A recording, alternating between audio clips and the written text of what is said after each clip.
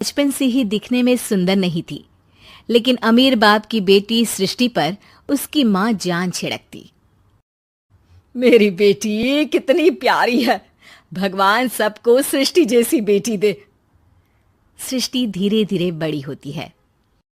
एक दिन सृष्टि की सहेली कहती है, तू दिखने में कितनी अजीब सी है, लेकिन मैं जानती हूँ हम सब में सबसे अच्छी शादी तो तेरी ही होगी।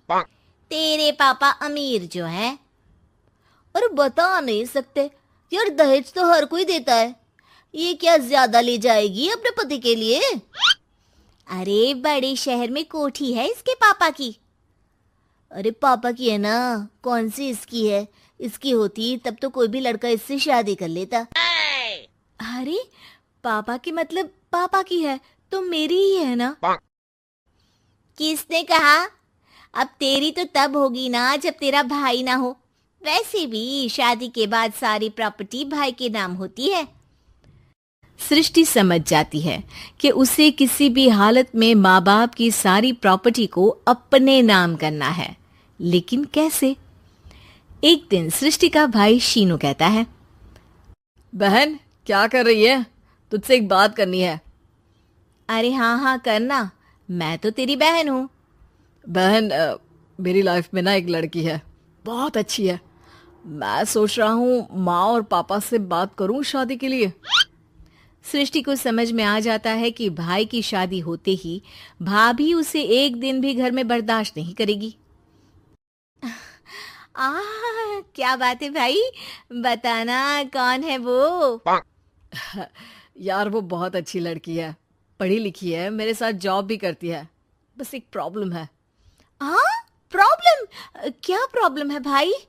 यार वो शादीशुदा है, लेकिन उसके पति ने उसे सिर्फ इसलिए छोड़ दिया क्योंकि उसके माँ बाप दहेज नहीं दे पाए।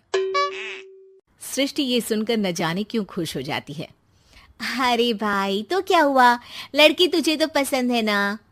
शीनू को लगता है कि बहन उसे समझ रही है। वो इस बात से अनजान होता है कि उसकी बहन की मंशा पूरा घर हड़पने की है।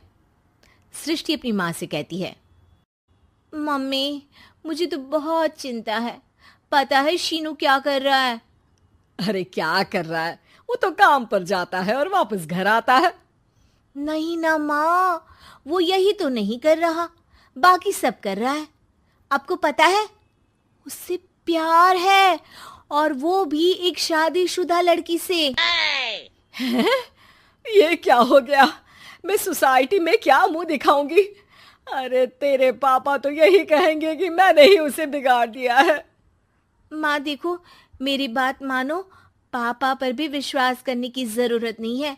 अब आप ही बताओ, पापा इतनी देर घर के बाहर रहते हैं क्यों? बोलो। अरे बेटा वो तो नौकरी करते हैं ना। तू बहुत भोली है माँ। पापा का ऑफिस तो 7 बजे खत्म हो जाता है, लेकिन देखो कितनी देर से आते हैं। अरे नहीं नहीं बेटा, ऐसी कोई बात नहीं है। सृष्टि माँ को एक औरत से बात करते पिता की फोटो दिखाती है। देखो माँ कैसे हैं पापा, मैं ना कहती थी कि पापा सही नहीं है। मैं तेरे पापा से बात करूंगी, दे फोटो मुझे। ओ माँ, वो तो डिलीट हो गई। लेकिन चल, तूने तो देख लिया ना। पापा से बाद में बात कर लेना, और हाँ मेरा नाम बिल्कुल मत लेना। हाँ माँ। अब क्या था, सृष्टि के माँ और पिता के बीच झगड़ा होना शुरू हो जाता है। सृष्टि के मन में क्या चल रहा था कोई नहीं जानता था। एक दिन, माँ सृष्टि के लिए एक लड़का देखा है, वो लोग शाम को उसे देखने आने वाले हैं। और हाँ माँ, एक खुशखबरी, मैं और पापा मिलकर एक नया बिजनेस ट्राई कर रहे हैं। शाम को लड़का आता है, सांवले रंग का। सृष्टि को तो बिल्कुल भी पसंद नहीं आता।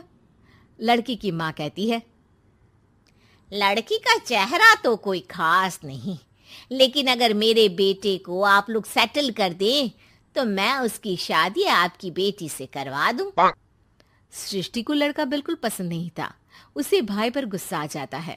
लड़के वालों के जाने के बाद कहती है, माँ देखा शीनू मेरे लिए कैसा लड़का लेकर आया, न दिखाने लायक न सुनने लायक, सेटल भी नहीं, वो भी हम करे।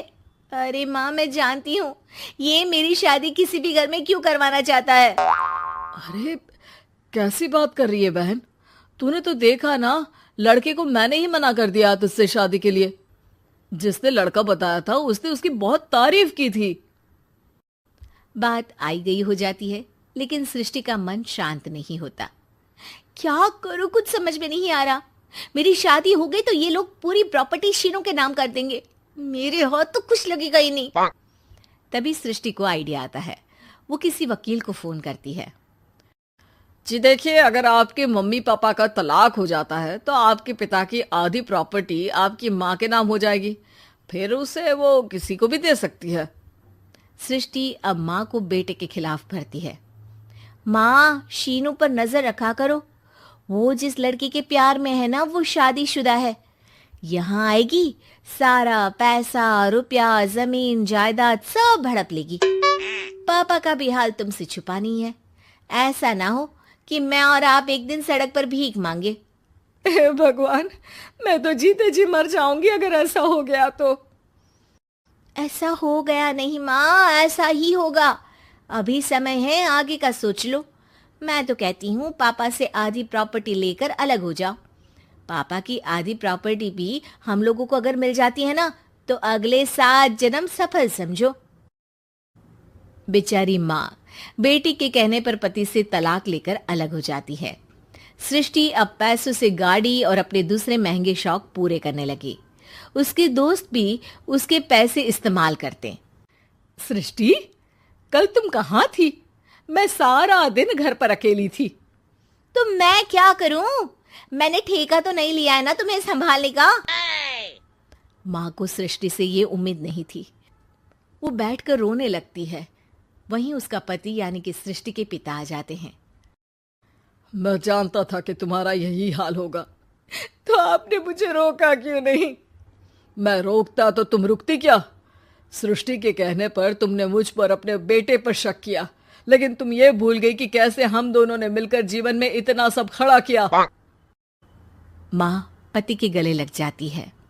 मुझे माफ कर दीजिए, मैंने आपकी कमाई का एक बड़ा हिस्सा गवा दिया। कोई बात नहीं, तुम साथ हो तो मैं ऐसी 7 प्रॉपर्टी खड़ी कर दूंगा। तभी वहां सृष्टि आ जाती है रोते हुए। माँ, मयंक ने मुझे छोड़ दिया। वो बोल रहा था जब तक मेरे पास पैसे थे तब तक ही वो मेरे साथ था। पापा, माँ, मुझे माफ कर दीजिए।